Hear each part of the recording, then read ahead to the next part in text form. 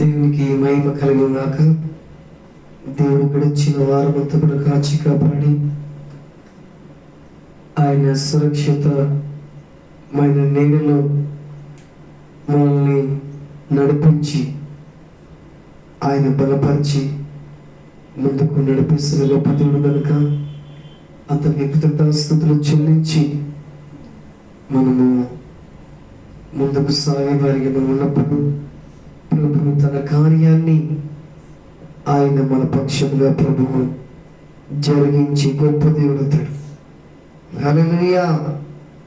కాబట్టి నిన్న నేడు ఏకరీతిగా గొప్ప దేవుడు కాబట్టి శక్తిగల దేవుడు కనుక ఆయనకు అసాధ్యమైంది ఏది లేదు కనుక మనము వాక్యాన్ని మనం చదువుకున్నాం. పరిశుద్ధ గ్రంథముల నుంచి 139వ కీర్తన 7వ వచనం నుంచి ఉన్న వాక్యాన్ని చదువుకుందాం. పరిశుద్ధ గ్రంథముల నుంచి 139వ కీర్తన, దావీదు రాసిన కీర్తన 7వ వచనం చదువుకుందాం.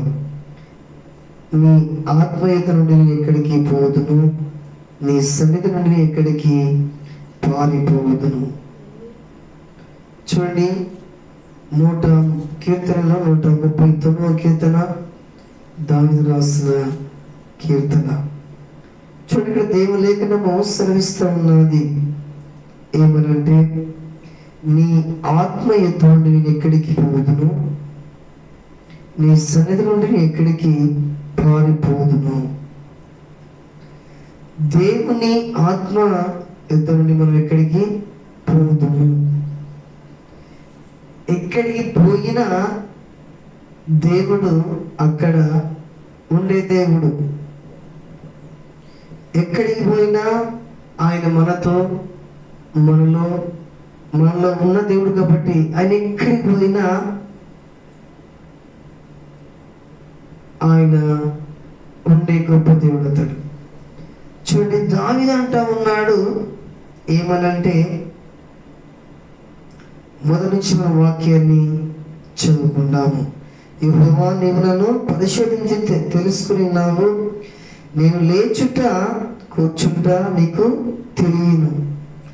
చూడండి, దేవుని ఆత్మీయత నుండి మనం ఎక్కడికి పోదుము అన్న మాటకు దావీదు అంటాడు ఏమనగా, యెహోవా, నీవు నన్ను పరిశోధించి తెలుసుకుని ఉన్నావు, నేను లేచుట నేను కూర్చుంట నేను లేచుట నీకు తెలియను. చూడండి, మనం ఎక్కడ కూర్చుంటున్నామో, ఎక్కడ లేస్తూ ఉన్నామో అదంతా కూడా ప్రభుకు తెలియను. మనం ఎక్కడ తిరుగుతూ ఉన్నామో, ఎవరితో మాట్లాడుతున్నామో, ఎవరిని కలుస్తా ఉన్నామో అంతా కూడా ప్రభు ఏం చేసే దేవుడు అంటే చూస్తున్న దేవుడు అతడు. అందుకొరకే నీ ఆత్మ ఎదురు నేను ఎక్కడికి పారిపోతున్నావు. ఎక్కడికి పోయినా ప్రభువు ఆయన మనతో ఉండే దేవుడు అతడు. ఆయన మనలో ఉన్న దేవుడు కాబట్టి ఆయన ఎక్కడికి పోయినా కానీ ఆయన ఉండే గొప్ప దేవుడు అతడు. శక్తి వెళ్ళిన దేవుడు అతడు. చూడండి, ఇక్కడ నేను కూర్చుంట నేను లేచుట నీకు తెలియను. దేవుడు తెలుసు. ఎందుకంటే దేవుని ఆత్మ యుద్ధం నుండి మనం ఎక్కడికి పారిపోగలం, మనం ఎక్కడికి పోగలం. మనము దేవుడు సర్వంతర్యామైన కాబట్టి ఆయన ఎక్కడికి పోయినా ఆయన ఉన్న దేవుడు అతడు. అందుకొరకే నువ్వు కూర్చుంట లేచుట ప్రభు చూస్తున్న దేవుడు అతడు. నువ్వు ప్రార్థన చేసే చూస్తూ ఉన్నాడు, వాక్యాన్ని చదివేది కూడా ప్రభు చూస్తూ ఉన్నాడు. మనం ఏ పని చేసినా కానీ, ప్రైవేట్ జాబ్ చేసినా కానీ, ఏ పని చేసినా కానీ ప్రభు ఏం చేస్తుంది అంటే ఆయన చూస్తున్న గొప్ప దేవుడు అతడు. ఏం చేస్తున్న దేవుడు అతడు? చూస్తున్న గొప్ప దేవుడు అతడు. హల్లెలూయా. కాబట్టి ఈ మధ్యాహ్నకాల సమయంలో దేవుని లేఖనము సెలవిస్తా ఉన్నది.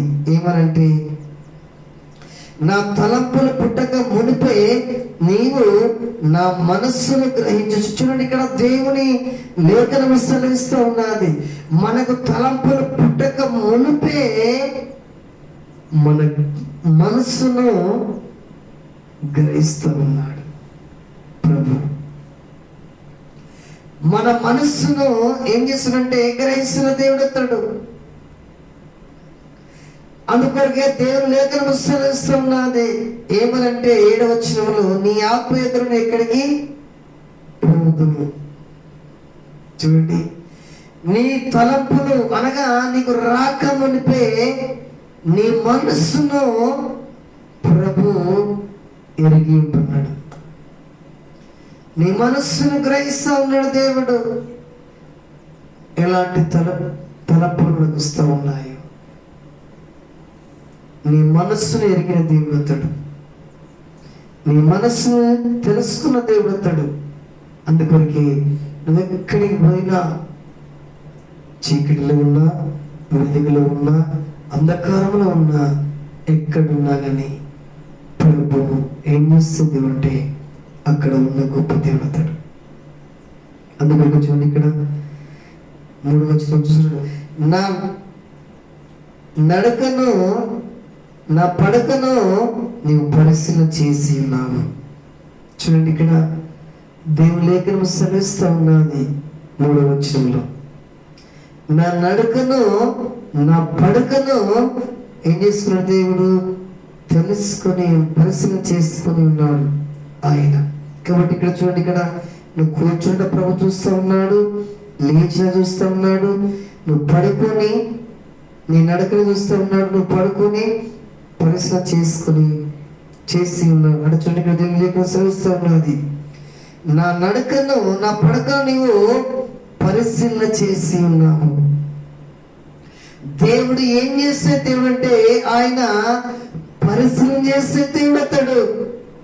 నువ్వెక్కడ నిలుస్తా ఉన్నావు, ఎక్కడ నడుస్తూ ఉన్నావు, గాఢంధకారం నడుస్తూ ఉన్నావా లేదా వెలుగు నడుస్తూ ఉన్నావా, ఎక్కడ నడిచినా కానీ ప్రభు మనతోటి ఉండే గొప్ప దేవుడు అతడు.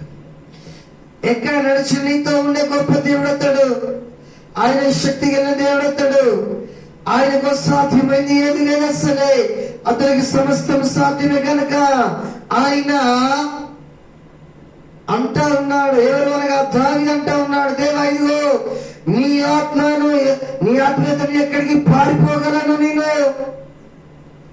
ఎక్కడికి పోయినా నీ ఆత్మ నాతో ఉంటా ఉన్నది అని దేవుని లేఖనము సెలవిస్తూ ఉన్నది. కాబట్టి ఇక్కడ చూడండి, దేవుని లేఖనం సెలవిస్తూ ఉన్నది ఏమనగా, నీ నడిచి నడక, నేను పడుకునే పడక పరిశీలన చేస్తా ఉన్నాడు దేవుడు. కాబట్టి ఈ మధ్యాహ్న సెలవులో అంటే నువ్వు అగాధ స్థలంలోకి పోయినా కానీ ప్రభువు ఆత్మను చూస్తా ఉన్నది, గమనిస్తూ ఉన్నది. చూడండి, యోనా కూడా ఎక్కడికి పోయినంటే ఎక్కడ పోయినాడు అతడు, ఎక్కడికి పోయిందంటే అతడు నినివే పట్టణం ఉమ్మంటే అతడు తర్షీషుకి వెళ్ళిపోయినాడు. చూడండి, యోనాను సముద్రంలో పడవేసినప్పుడు అక్కడ కూడా దేవుని లేఖనం సెలవిస్తూ ఉన్నది. అక్కడ కూడా ఎవరున్నారంటే దేవుని లేఖనం సెలవిస్తూ ఉన్నది, దేవుని ఆత్మ అక్కడ ఏం చేస్తుందంటే యోనాతో ఉన్నది.